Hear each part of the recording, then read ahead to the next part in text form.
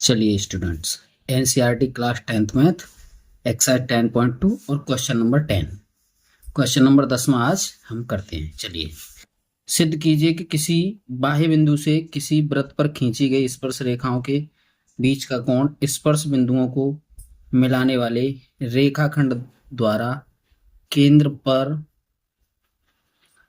अंतरित कोण का संपूरक होता है। संपूरक का मतलब हो गया 180। आइए साहब, यहाँ सबसे पहले हम चित्र बनाते हैं। देखिए, ये चित्र बनाया हमने, इस तरह से ये चित्र है।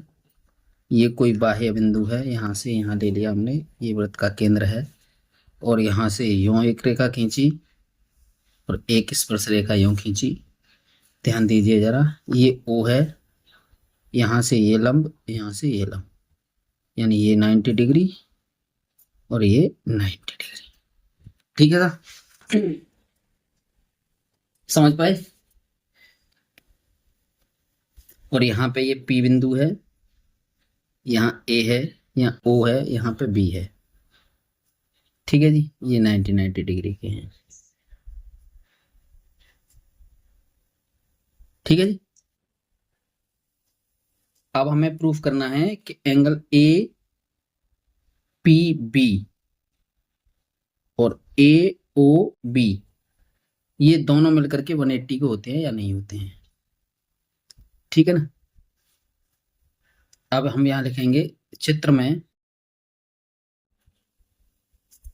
में ओ केंद्र का एक वृत्त है जिसके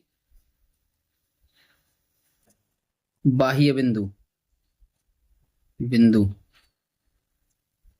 इसके बाह्य बिंदु P पर दो स्पर्श रेखाएं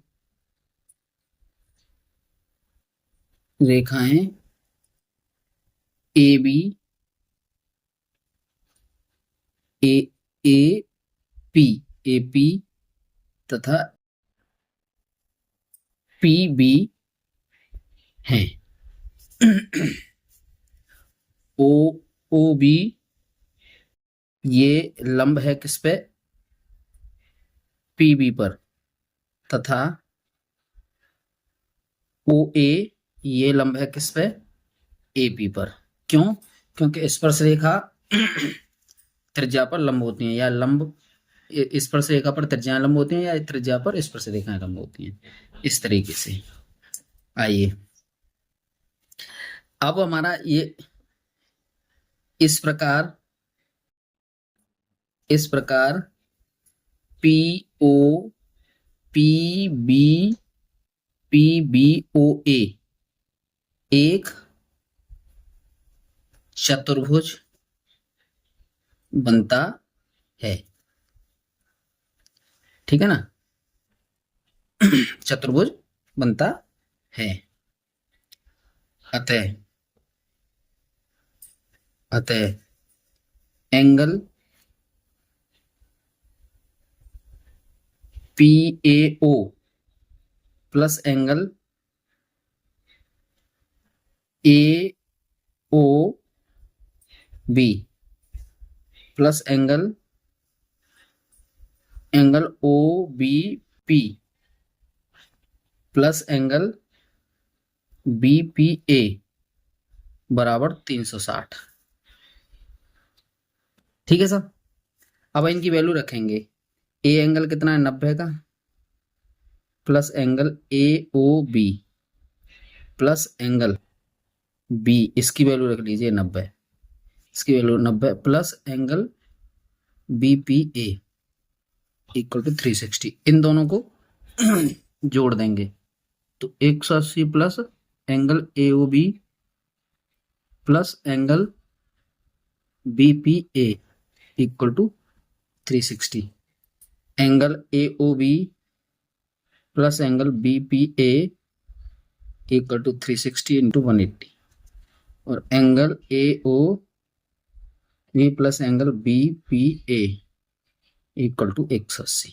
और यही हमें प्रूव करना था कि ये जो ये जो दोनों कोण है ना, ये और ये दोनों 180 के होते हैं संपूरक। संपूरक का मतलब 180। ठीक है सर। ये प्रूफ हो गया आपका।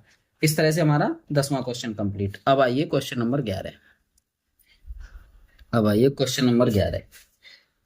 तो 11 क्वेश्चन पढ़ते हैं। किसी चक्रीय चतुर्भुज किसी सिद्ध कीजिए कि किसी वृत्त के परिगत समांतर चतुर्भुज समचतुर्भुज होता है।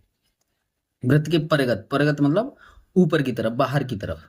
ठीक है ना, यहाँ लिख दिया है बाहर की तरफ। वृत्त है ये ऐसे, ये ऐसे, ये ऐसे और ये ऐसे, ये लाइन खींचती है। इनकी वैल्यू रख लेते हैं पहले। इनका नाम रखिए ए बी सी डी, और यहाँ जो छू रहे हैं इसको इसे पी क्यू आर और एस, ये रख देते हैं। ओ इसका केंद्र है। ठीक है सब। यहां से चलते हैं हम। अब क्या करते हैं, अब करेंगे एंगल। अब यहाँ चित्र में, पहले चित्र कर लीजिए। चित्र में ओ केंद्र का एक वृत्त है जिसके परिगत, परिगत कहेंगे बाहर की ओर, बाहर एक चतुर्भुज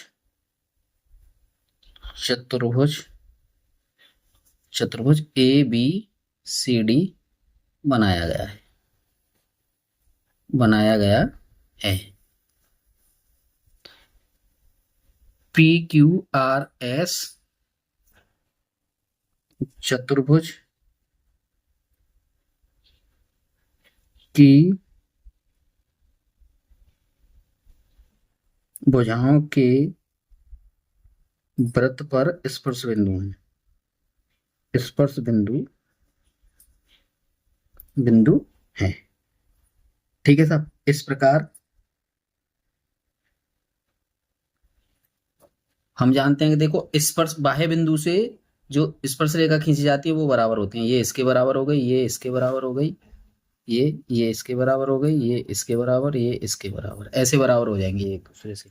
तो इस प्रकार हम क्या लिख सकते हैं, यहां लिख सकते हैं हम A P equal to A S और B P equal to B Q, और यहां पर लिख सकते हैं C R equal to C Q. एक इधर हो जाए, एक इधर, एक इधर, एक इधर, ऐसे करके लेंगे। तो ये हो गया आपका D R equal to D S, first, second, third, fourth, ऐसे कर लीजिए। ठीक है जी।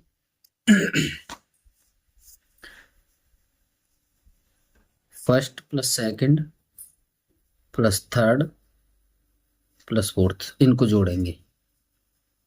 ए P plus B P plus C R plus D R equal to A S plus D S plus B Q plus C Q. तो इन दोनों को साथ ले लीजिए और इन दोनों को साथ ले लीजिए, तो ये चतुर्भुज की भुजाएं बन जाएंगी। बात ये है, ये चतुर्भुज की भुजाएं बन जाएंगी। यानी कि A B plus C D, A P और A B, B P, A P और पी बी दोनों मिलकर के ए बी बन गई। ऐसे ही इनको लिख लीजिए। तो यहां बनेंगे आपके A D plus B C, ये बन गई। और देखो, ये समांतर चतुर्भुज है, तो यहां हम क्या लिख सकते हैं, ये भुजा इस भुजा के बराबर, क्योंकि ये एक दूसरे के बराबर चल रही हैं, तो ये आमने सामने की एक दूसरे के बराबर हो गई। तो यहां हम क्या लिख सकते हैं, 2ab इक्वल टू 2bc, 2 से 2 काट दीजिए। तो यहां पे ए बी बराबर bc। ठीक है साहब। चूंकि ये क्या है, समचतुर्भुज, चूंकि ए बी सी डी एक समचतुर्भुज है। इसलिए ए बी बराबर सी डी और बी सी बराबर A D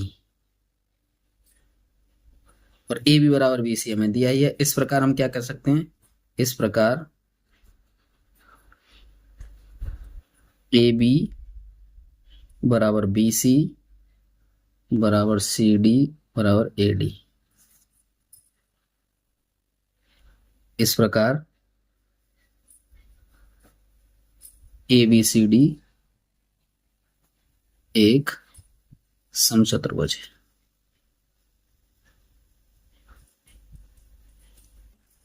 A B C D एक समचतुर्भुज है। ठीक है जी। आइए अब लेते हैं 12वां क्वेश्चन। क्वेश्चन नंबर 12 पढ़ते हैं सबसे पहले इसे। आइए 12वां क्वेश्चन पढ़ते हैं। 12वां क्वेश्चन है हमारा समझिए, 4 सेंटीमीटर त्रिज्या वाले एक वृत्त के परिगत एक त्रिभुज ए बी सी इस प्रकार खींचा है कि रेखाखंड बी डी और सी डी सी जिनमें स्पर्श बिंदु डी द्वारा बी सी विभाजित है की लंबाई क्रमशः 8 सेमी और 6 सेमी है। आकृति ये देखनी है हमें 10.14। तो यहाँ भुजाएं ए बी और ए सी हमें ज्ञात करनी है। देखो समझो पहले इसे पहले चित्र बनाते हैं इसका। सबसे पहले चित्र बनाओ जी, चित्र बना लीजिए, उसके बाद हम बात करते हैं आपसे। पहले हम चित्र बनाते हैं। ये एक चतुर्भुज है इस तरह से, नहीं त्रिभुज है, चतुर्भुज नहीं त्रिभुज। और इस तरह से एक वृत्त है इसके अंदर, ये यहाँ यहाँ और यहाँ, ये दो स्पर्श बिंदु हो गए। इसको लिख लीजिए आप A B C D, A B C, ठीक है।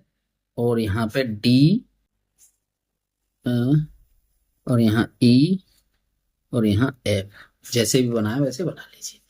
ठीक है जी। ये ओ केंद्र है इसका, और ये कह रहा है इस भुजा को इसको 6 सेंटीमीटर की, यहाँ से यहाँ तक ये 8 की, तो ये 6 की हो गई और ये भी 8 की हो गई, क्योंकि ये वृत्त के बाह्य बिंदु से खींची हुई रेखाएं हैं। तो ये भी 6 की, ये 8 की, ये 8 की हो गई, ये 6 की और ये 6 की हो गई कि नहीं हो गई सब। अब इसको हम मान लेते हैं x, माना इसको x मान लिया, इसको x मान लिया, माना, ठीक है ना, ये मान ली गई है सब। अब क्या करते हैं हम इस चित्र के बारे में लिख लीजिए। चित्र में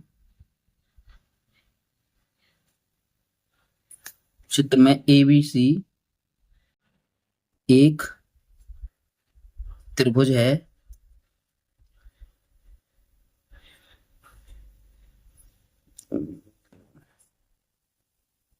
जिसमें दो भुजाएं, ऐसा करो, जिसमें बी डी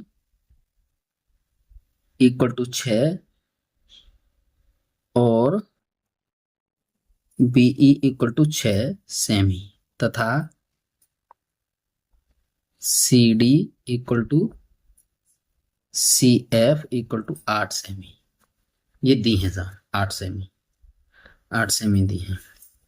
और A E equal to A F, A E equal to X माना, और A F equal to X माना, इसको माना गया है सर। ठीक है सर। अब देखो, अब यहां से अगर हम निकालना चाहें तो त्रिभुज की भुजाएं, त्रिभुज ए बी सी की, तो यहां लिख लो आराम से, त्रिभुज ए बी सी की भुजाएं अगर हम बनाना चाहें तो क्या बनेंगी इसकी भुजा, यानी कि एक तो बन गई 14, पर इस एक भुजा को लें 8 और 6 14 बन गई, 14 सेंटीमीटर। और दूसरी भुजा बन गई हमारी x प्लस 6 बन गई एक, भाई इसको और इसको जोड़ेंगे तो x प्लस 6, और एक बन गई x प्लस 8, एक भुजा ये बन जाएगी, 3 भुजाएं तो हमारी ये हो गई। तो हम जानते हैं, देखो हम क्या जानते हैं, यानी 2s अर्धपरिमाप ज्ञात कर रहे हैं इसका, तो क्या होता है a प्लस बी प्लस सी। तो 2s इक्वल टू ए, इनको रखिए, हम क्या रखेंगे यहाँ 14 plus x plus 6 plus 8 plus x कर लीजिए, उधर लिख लेते हैं, कोई दिक्कत नहीं कैसे भी। तो 2s इक्वल टू, इन दोनों को जोड़ेंगे तो ये दोनों हो गए हमारे 8 और 6 14 14 28, 28 प्लस 2x, और 2 इसमें से कॉमन ले लीजिए, तो s इक्वल टू यहाँ कितना हो जाएगा हमारा, s इक्वल टू हो जाएगा हमारा 14 प्लस एक्स। ये बना s की वैल्यू, यहाँ पे s की वैल्यू बन जाती है जी, समझ रहे होंगे। अब हमें चाहिए s माइनस ए, अब हमें चाहिए s माइनस ए। तो s हो गया हमारा, ये हो गया 14 प्लस एक्स, और माइनस ए की वैल्यू रखनी है तो इसमें रखेंगे 14, एक भुजा ले लीजिए कोई सी, तो इसको 14 से 14 काट करके यहाँ x बनी। अब s माइनस बी, यहां लिखेंगे हम 14 प्लस एक्स, ठीक है ना, माइनस एक्स और माइनस 6, कोई सी एक भुजा ले ले, एक एक भुजा को घटाना है इसमें से, तो x से x कट जाएगा, तो यहां बचेगा 8, और s minus C equal to यहां बचेगा 14 प्लस एक्स माइनस एक्स और माइनस 8, इससे इसे काटेंगे, ये बचेगा 6 जी, ये सेंटीमीटर ये सेंटीमीटर ये सेंटीमीटर, ठीक है जी। आइए अब हमारा क्या बनता है, यहां से बनता है त्रिभुज एबीसी का क्षेत्रफल। हमारे पास भुजा हो गई, एस की वैल्यू ज्ञात हो गई हमें, त्रिभुज एबीसी का क्षेत्रफल इक्वल टू क्या लिखेंगे, त्रिभुज एबीसी का क्षेत्रफल निकालेंगे हम, तो रूट के अंदर क्या करेंगे हम, s इंटू एस माइनस ए, एस माइनस बी और एस माइनस सी। तो यहां करेंगे हम रूट के अंदर s की वैल्यू रख लीजिए 14 प्लस एक्स, और इसकी वैल्यू रख दीजिए x, और दूसरी भुजा को रख दीजिए 8 और दूसरी को रख दीजिए 6, ठीक है सर। इन दोनों को अगर हम जोड़ेंगे, इन दोनों को अगर हम हल करेंगे तो 8 छिंगी 48, तो यहाँ हो जाएगा आपका 48, 48 और इस x का अंदर गुणा करते हैं तो एक्स स्क्वायर प्लस 14x, ठीक है सर, समझ पा रहे होंगे यहां तक। ये हमारा त्रिभुज एबीसी का क्षेत्रफल आया है, कौन से का, इस बड़े का, इस बड़े वाले, इस पूरे वाले त्रिभुज का क्षेत्रफल। अब देखो यहां से यहां ऐसे डालते हैं इसको, और इसको ऐसे डालते हैं, और इसको ऐसे डालते हैं, तो हम क्या करेंगे, क्योंकि भाई त्रिभुज एबीसी का क्षेत्रफल ये पूरा है, तो इन इन त्रिभुजों के क्षेत्रफलों के बराबर ही तो होगा वो। तो आइए इस प्रकार हम क्या कह सकते हैं, यानी त्रिभुज एबीसी का क्षेत्रफल इक्वल टू त्रिभुज ओ बी सी का क्षेत्रफल प्लस त्रिभुज ओ सी ए का क्षेत्रफल, ओ सी ए का क्षेत्रफल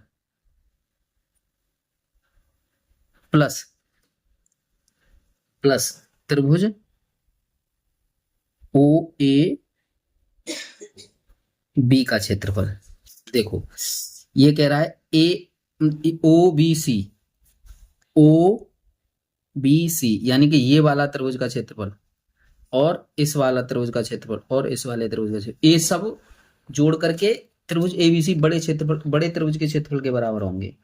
तो लाइए साहब करिए, तो हम इसे कैसे लिख सकते हैं, इसे लिखेंगे 1/2 BC into OD plus 1/2 CA into OE plus 1/2 AB into OF। तो कितना बनेगा, 1/2 14 गुणा 4 प्लस 1/2 इसको लिख देंगे हम कितना, इसको लिखेंगे x+6 इंटू 4 और यहां लिखेंगे +1/2 AB की वैल्यू कितनी हो गई हमारी x+8। आप देख सकते हैं चित्र को देख करके तब आराम आराम से करेंगे। लाइए साहब, ठीक है, ये बना।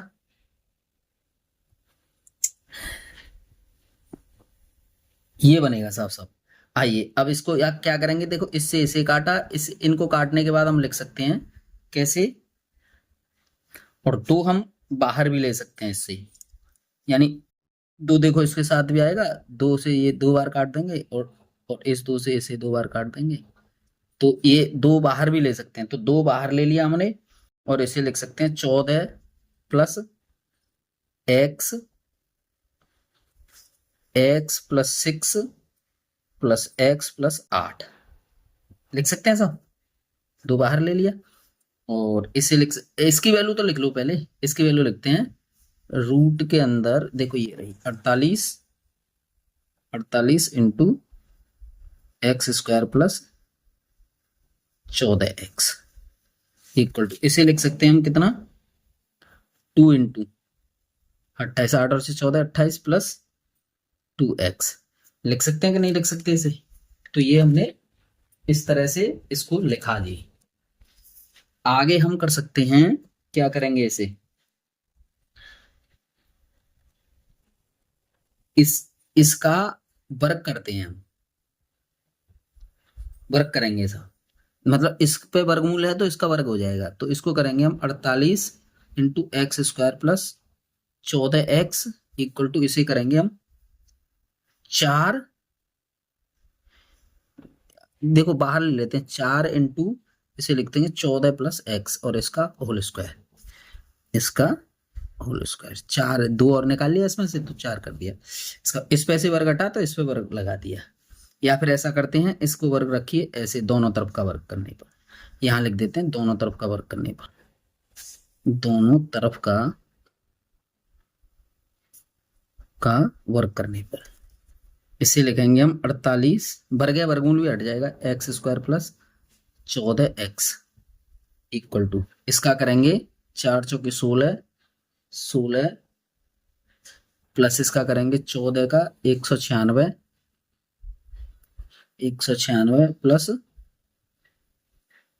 b² यानी x² प्लस 14 दूनी 28x, ठीक है जी।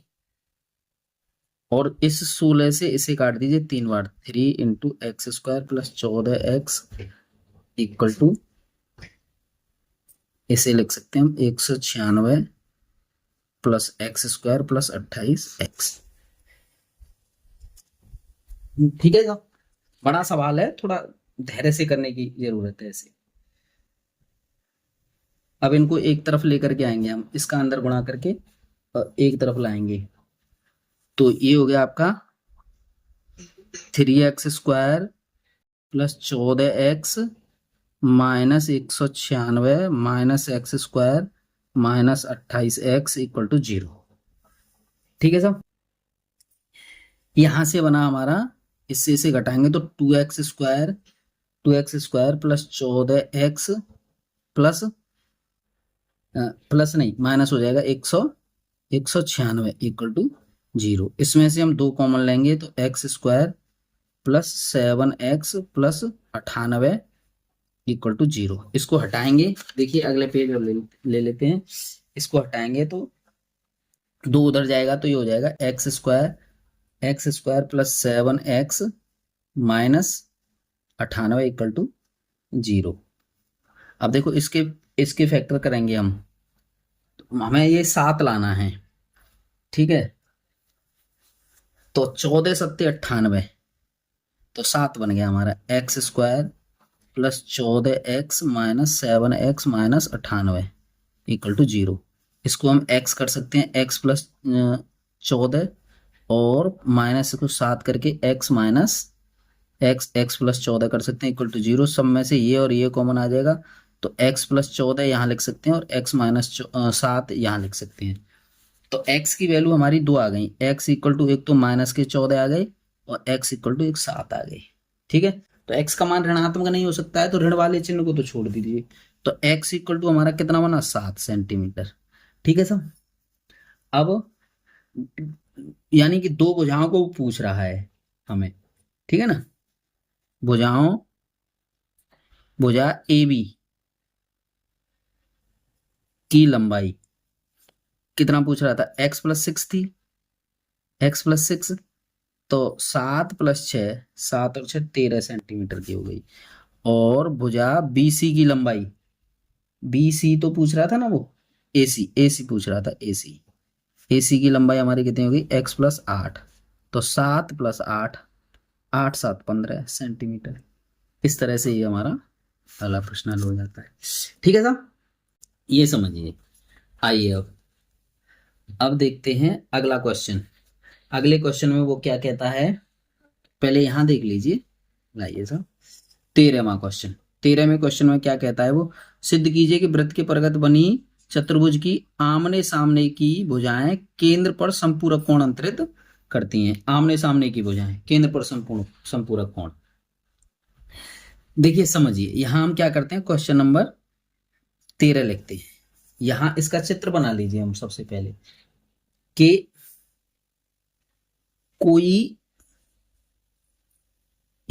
कोई ऐसे व्रत बना है, इसके आगे ऐसे और इसके आगे एक ऐसे, और यहां से यहां और यहां से यहां। ठीक है साहब, ए बी सी डी, ये वृत्त बनाया और उसके ऊपर एक चतुर्भुज बना लिया।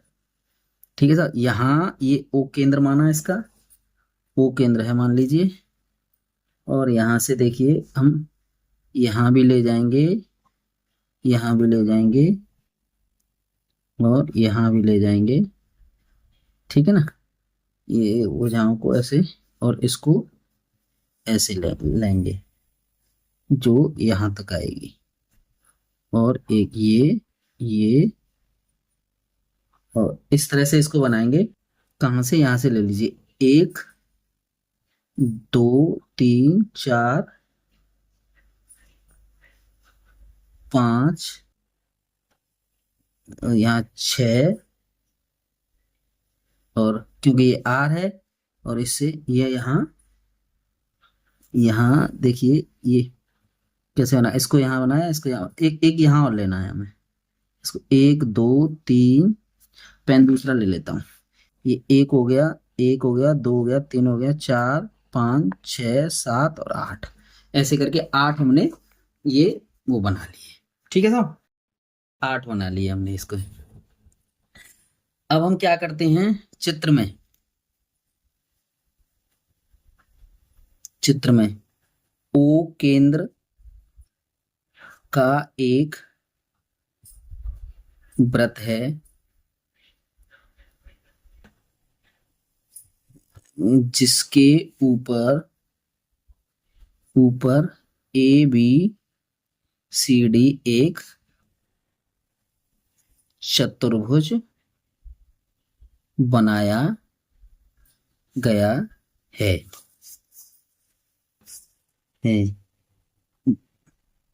वृत्त के केंद्र पर चतुर्भुज द्वारा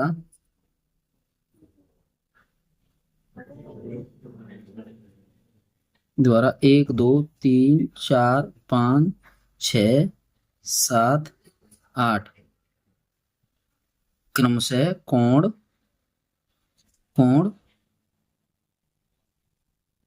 बनाए गए हैं। ये कोण बनाए गए हैं साहब।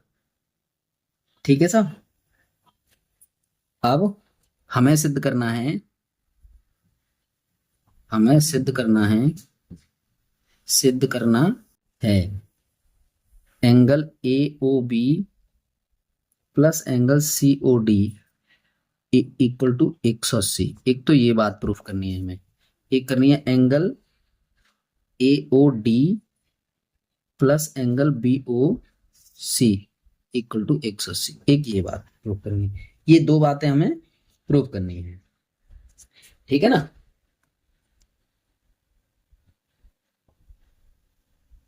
अब आइए यहां हम लिख सकते हैं, हम जानते हैं कि दो स्पर्श रेखाएं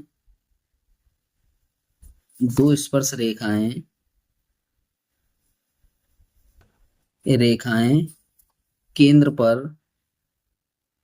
समान कोण अंतरित करती हैं।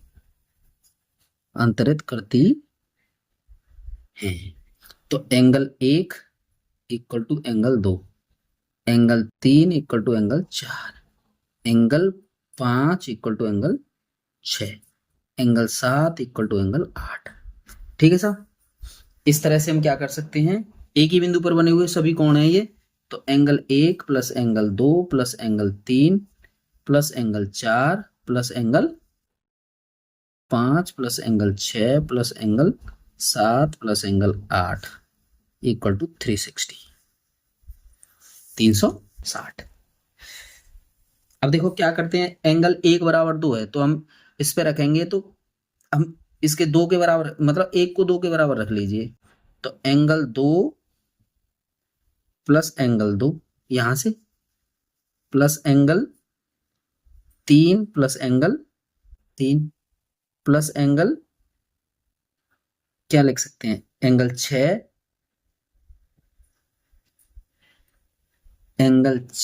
Plus angle 6 plus angle 6 plus angle 7 plus angle 7 equal to 360।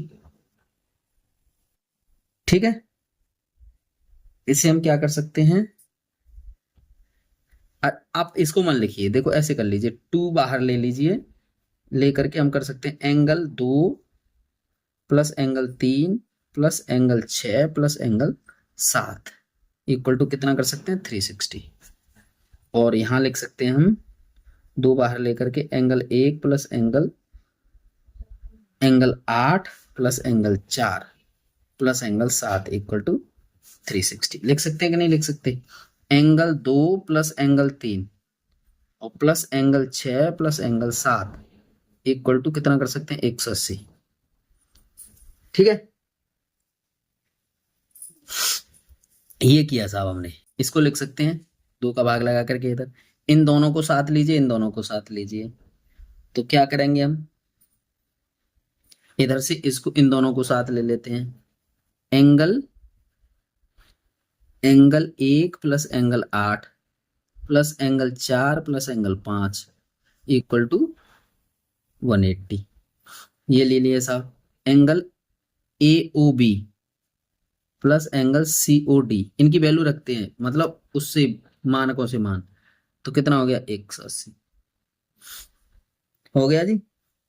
चलिए, और ये पहला वाला प्रूफ हो गया, और एंगल AOD प्लस एंगल, ये इन दोनों की वैल्यू रखनी है, इन दोनों की रख लीजिए, plus angle BOC equal to 180, ये भी प्रूफ। तो इस तरह से हमें ये प्रूफ करना था, इस तरह से ये एक्सरसाइज हमारी कंप्लीट होती है। धन्यवाद।